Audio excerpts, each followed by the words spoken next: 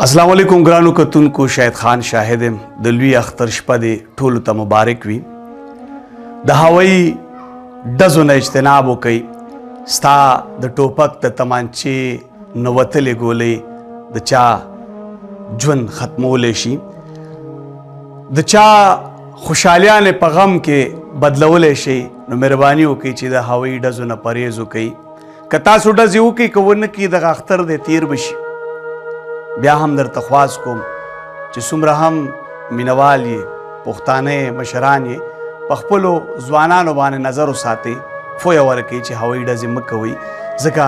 ستا د ټوپک د تمانچې نه وتلې ګولۍ د چا د پلار د چا د رور د چا د خور د چا د بچي زندگی ختمولی شي ته به خوشحالي تیره کړې خو د بل خوشحالي به په غم کې بدله کړې خپل هم خوشحالي تیره کوئ بل هم خوشحالۍ ته پرېږدئ ستاسو به ډېره مننه وي چې په موږ پښتنو کې دغه شعور راشي چې د هوایي ډزو نه پرهیز وکړو اجتناب وکړو ضروري ده چې په اخترو کې ته موږ اجتناب وکړو په ودونو کې په خادیانو کې د بل په خوشحالو کې د بچي په سنت کې په سالګرو کې هم د هوایي ډزو نه اجتناب وکړئ ستاسو د ټوپک د تمانچې نه وتلې ګولۍ د چا ژوند برباد کولی شي د لږ ساعت خوشحالي د بل د ټولو مرغم شي بل ورځ یو ماشوم هم په لار کې ولیدو چې را پرېوتی پروت و تپوس هم کو خلکو منډې ترړې والې چې کله هسپتال ته لاړ او اکسریانې وشوې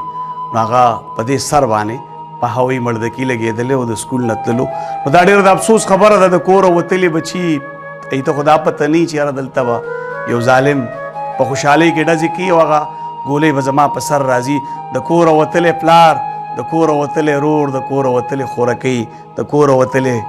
مورکۍ چې په دغه لار رواني په غم خادیانو پسې ګرځي نو هغوی ته دا پته ني که موږ بار ځو نو دلته ظالمان په خوشحالو کې ډزې کوي زموږ ژوند هم تلی شي مهرباني وکړئ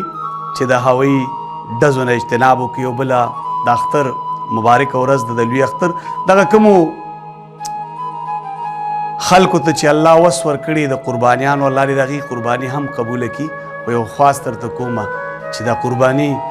پرجونه ته مډه کوئ ستاسو په چم گاونډ کې په معاشره کې خپلو خپلوانو کې ډېر غریبانان خلک دي چې هغې د غوښې په نوم پسې کړېږي هغې هم ګوري چې څوک به ور وډبوي او اوس په راته غوښه راوړي نو مهرباني وکړي دغه غوښې د ځان دپاره مه کوئ دا د الله د رضا دپاره دي او دغه غوښې په دغه غریبانانو باندې کور په کور وګرځوئ چې هغې وخوري نو خوشحاله شئ پې ځکه ډېر غریبانان داسي چې هغې په دې قربانو کې هم